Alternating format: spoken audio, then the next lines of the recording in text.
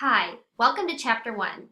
I'm Professor Clemens, and today we're going to talk about the dance environment. Learning objectives. Understand how to recognize a sprung floor and how the floor affects your dancing. Be aware of the temperature and ventilation needs of the space in which you dance, and realize the benefits and limitations of working with bars and mirrors. Determine if the lighting in your dance space is helpful for your learning needs, and select the best apparel and footwear for the dance style you are doing. Dance space and facilities. The space that dancers use to train, rehearse, perform can directly influence performance, injury risk, and well-being. Dance space and facilities include dance floors, bars, raked stages, mirrors, light and sound, ventilation, temperature, and airflow.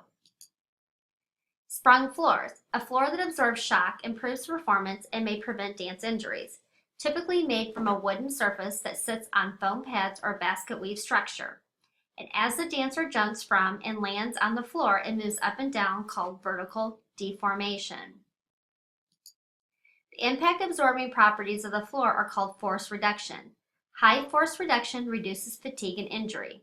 When a dancer jumps from the floor, there is upward vertical movement of the floor, called injury return. Too much energy return can result in instability for the dancer and difficulty with balance.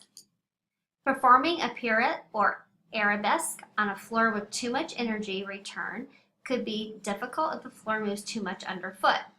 A certain surface area of the floor that surrounds a dancer will vertically deform when a dancer lands on the floor, much like a trampoline does, called area deformation. Consistency in force reduction is important because if the floor is inconsistent, it makes landing very difficult for the dancer, which can result in an increased risk of injury. So here you see a spring floor, the dance surface, second wood layer, first wood layer, high density foam, and regular subfloor. And that's how that's put together. So let's take a break for a second before we go on to the other types of floors.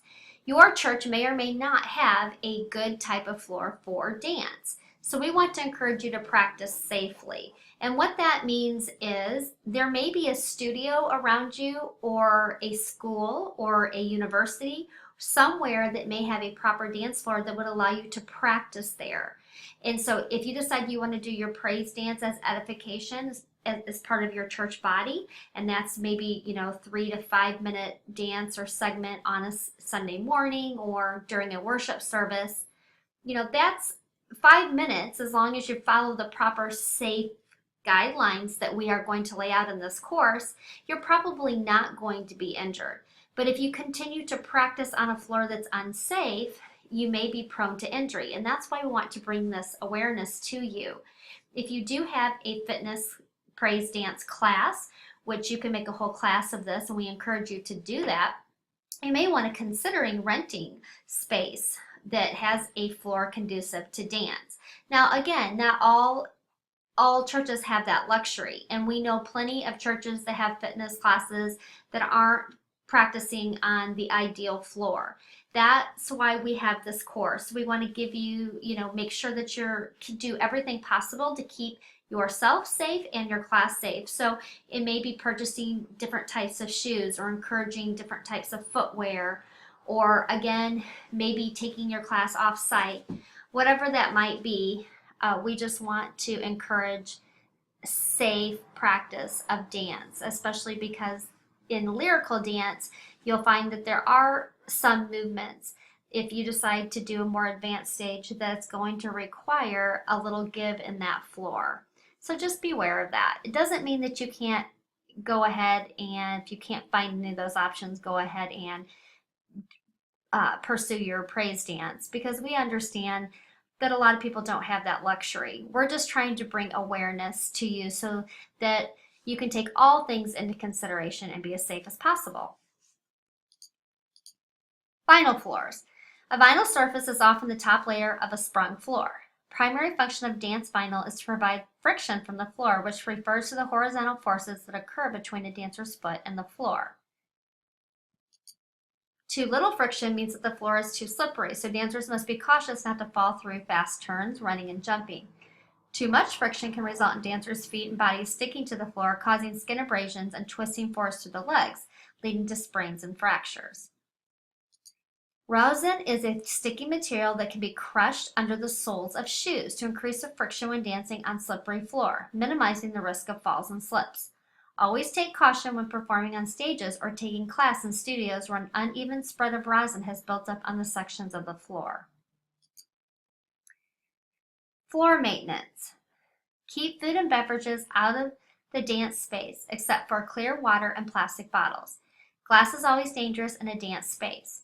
Street shoes should never be worn in the studio, and garbage should be removed as often as possible.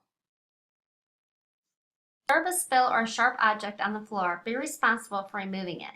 During flu season, wipe down bars and common surfaces with disinfectant wipes. Bars. The bar is a training tool that can help you practice and develop advanced exercises before attempting them in the center.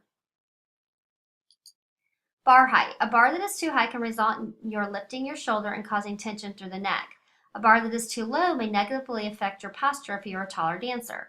In general, adults require a 42-inch bar height and children require 36-inch bar height.